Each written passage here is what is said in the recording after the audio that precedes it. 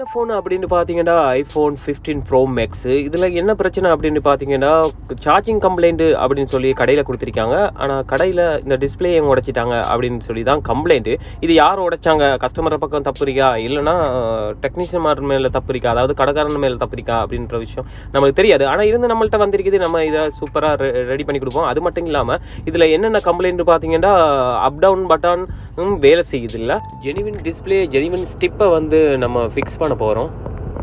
Customer சொல்லியிருந்தாங்க எனக்கு புதிய ஸ்டெப்பே மாற்றிடுங்க அப்படின்னு சொல்லியிருந்தாங்க. அதனால தான் புதிய ஸ்டெப்பே வந்து நம்ம மாற்ற போகிறோம். இல்லைனா அந்த ஸ்டிப்பை ரெடி பண்ணி கொடுத்துருக்கலாம். ஓகே, இப்போ வந்து மதர் போர்டை நம்ம சேஃபாக வந்து ரிமூவ் பண்ணிட்டோம். ரிமூவ் பண்ணி வச்சுட்டு அப்புறமா பேட்டரியை வந்து சேஃபாக நம்ம ரிமூவ் பண்ணிக்கொள்வோம்.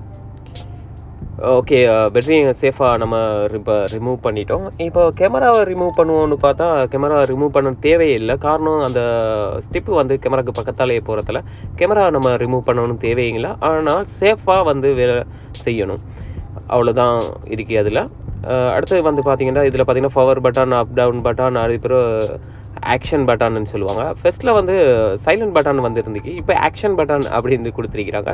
ஆக்ஷன் பட்டனில் பற்றி சொல்ல போனால் உங்களுக்கு தெரியும், ஃபர்ஸ்ட்டில் சைலண்ட் மட்டும் தான் யூஸ் ஆகும். ஆக்ஷன் பட்டன் வந்து சைலண்ட் நம்ம யூஸ் பண்ணலாட்டியும் பிரச்சனை இல்லை, நம்மளுக்கு வந்து கேமராவோ வேறு ஆப்ஷனோ வந்து சேஞ்ச் பண்ணிக்கொள்ளலாம்.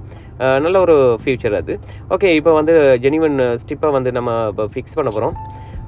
ஜெனிவின் ஸ்டிப்பை வந்து ஃபிக்ஸ் பண்ணிவிட்டு அப்புறமா மதர் போர்டையும் நல்லா கரெக்டான பொசிஷனில் கரெக்டாக வச்சுட்டு எந்த ஒரு டேமேஜிங் இல்லாமல் எவ்வளோ சேஃபாக வந்து இதை ரிமூவ் பண்ணணும், எவ்வளோ சேஃபாக வந்து இந்த விஷயத்தை செய்யணும் அப்படின்றது வந்து விளங்கிக்கொள்ளணும். சில டெக்னீஷியன் மாதிரி என்ன செய்கிறாங்கன்னா ஏனதான மாதிரி செய்கிறாங்க. அவங்க மேலே தப்பு சொல்லி பிரயோசனம் இல்லை.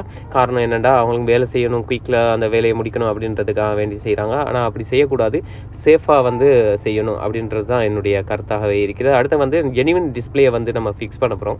ஜெனிவின் டிஸ்பிளேன்றது இது வந்து சாஃப்ட் டிஸ்பிளே. சாஃப்ட் அப்படின்னு சொன்னால் பொதுவாக எல்லாருக்கும் தெரிஞ்சிருக்குன்னு நினைக்கிறேன். சாஃப்ட் அப்படின்னா சேம் ஃபோனோட வந்த டிஸ்பிளே மாதிரியே இருக்கும்.